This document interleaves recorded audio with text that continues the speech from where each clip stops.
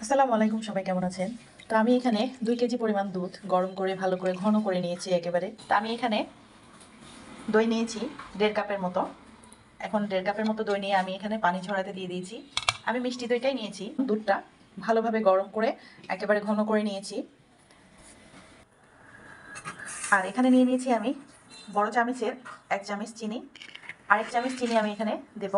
আপনারা যতটুকু মিষ্টি খেতে পারেন ততটুকু দিবেন। আমি এখানে 2 চামচ চিনি। আর এখানে যেটা লাগবে সেটা হচ্ছে পাউডার দুধ। আমি এখানে এই চামচ দিয়ে 2 চামচ পরিমাণ চিনি দিয়েছি, আর এই চামচ দিয়ে আমি 2 চামচ পরিমাণ দুধ দিয়ে দিচ্ছি। তো এখন এটাকে ভালো করে মিক্স করে নিয়ে আমি এখানে দুধটা দিচ্ছি। একটু গরম অবস্থাতেই ভালো করে মিক্স করে নেব। আসলে দই বানানোর কিছু টেকনিক আছে যেটা আমরা ভালোভাবে মনে রাখলে পারফেক্টলি দই বসাতে পারবো। মিক্স করে নিয়ে তারপর এখানে আরও পরিমাণ দুধটা ঢেলে দেবো। আসলে আমি নিজেও আগে দই বসাতে পারতাম না, এখন আমি পারফেক্ট দইটা বসাতে পারি। তো আমি যেভাবে এখানে দুধটা এবং চিনিটা মিক্স করে নিচ্ছি, পারফেক্ট দই বসানোর এটাই হচ্ছে গুরুত্বপূর্ণ টিপস। এখন ভালো করে মিক্স করে নিয়ে আমি দুধের পরিমাণটা ঢেলে দেবো। এখন মিক্স করা হয়ে গিয়েছে, এখন আমি বড় পাতিলে যে দুধটা আছে সেটাতেই ভালো করে ঢেলে নিচ্ছি।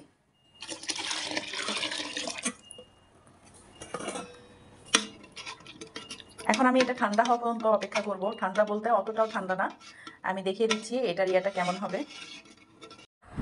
আমি এখানে দইটা ঢেলে নিয়েছি, এখন একটু ভালো করে মিক্স করে নিচ্ছি, কোনো রকম দলা হয়ে না থাকে। আর এখানে দুধটা অনেকটা ঠান্ডা হয়ে আসছে। আপনি যখন দেখবেন আঙ্গুলটা ডুবিয়ে সহ্য করতে পারছেন, অতটা গরম না, তখনই আপনি মনে করবেন এটা দই বানানোর জন্য পুরাটা রেডি। তো আমি এখানে অল্প অল্প করে দুধটা মিক্স করে দিয়ে নেড়ে চেড়ে চাকা যাতে না হয়, কোনোরকম দলা হয়ে না থাকে, ভালো করে ভেঙে নিচ্ছি। তো ভালো করে মিক্স করে নেব। মিক্স করা হয়ে গিয়েছে, আমি এখন পুরাটা দুধের মধ্যে এখানে ঢেলে দিচ্ছি।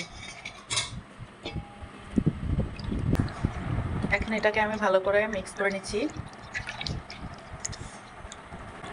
তো মূল উপকরণ ছিল এখানে 2 কেজি দুধ ভালো করে ঘন করে নিয়েছিলাম, তার উপর 2 চামচ বড় চামচ দিয়ে 2 চামচ পরিমাণ পাউডার দুধ নিয়েছি, আর 2 চামচ পরিমাণ চিনি নিয়েছি। তো কীভাবে আমি দইটা তৈরি করেছি অবশ্যই খেয়াল করেছেন। এই জিনিসগুলো খেয়াল করলে আপনার দই পারফেক্ট বসবে। এখন আমি আস্তে আস্তে বাটিতে দইগুলো বসিয়ে দিব। এখন সবগুলো রেডি করা হয়ে গিয়েছে, আর এখানে আমি 1 টাইম কাপগুলো নিয়েছি। আপনারা চাইলে যে কোনো বাসনে বসাতে পারবেন, মাটির কোনো পাত্রতে, স্টিলের কোনো পাত্রতে। আমি এখানে 1 টাইম কাপ নিয়েছি।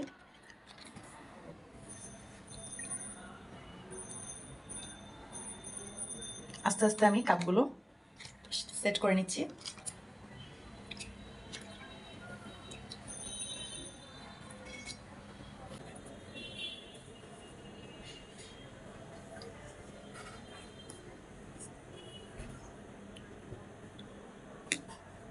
মাশাআল্লাহ, সবগুলো এখন পরিমাণ মতো হয়ে গিয়েছে।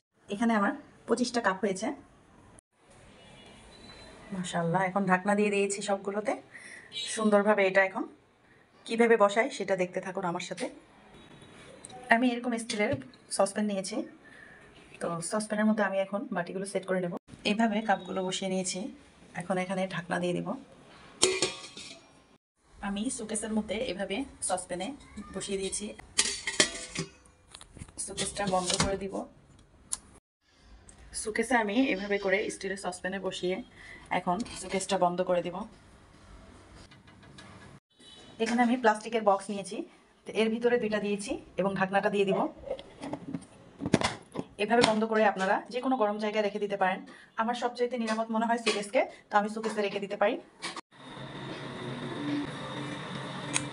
এইভাবে করে শোকেসে যে কোনো পাতিলে বা যে কোনো বক্সে, আমি এখানে বক্সেও রেখেছিলাম, তারপর রেখেছিলাম এখানে সসপ্যানে। অনেক সুন্দরভাবে সেট হয়েছে। এখন আমি নর্মাল ফ্রিজে এগুলো সংরক্ষণ করছি। আমি এখন নর্মাল ফ্রিজে এগুলো 1 সপ্তাহ 10 দিন পর্যন্ত রাখতে পারবো।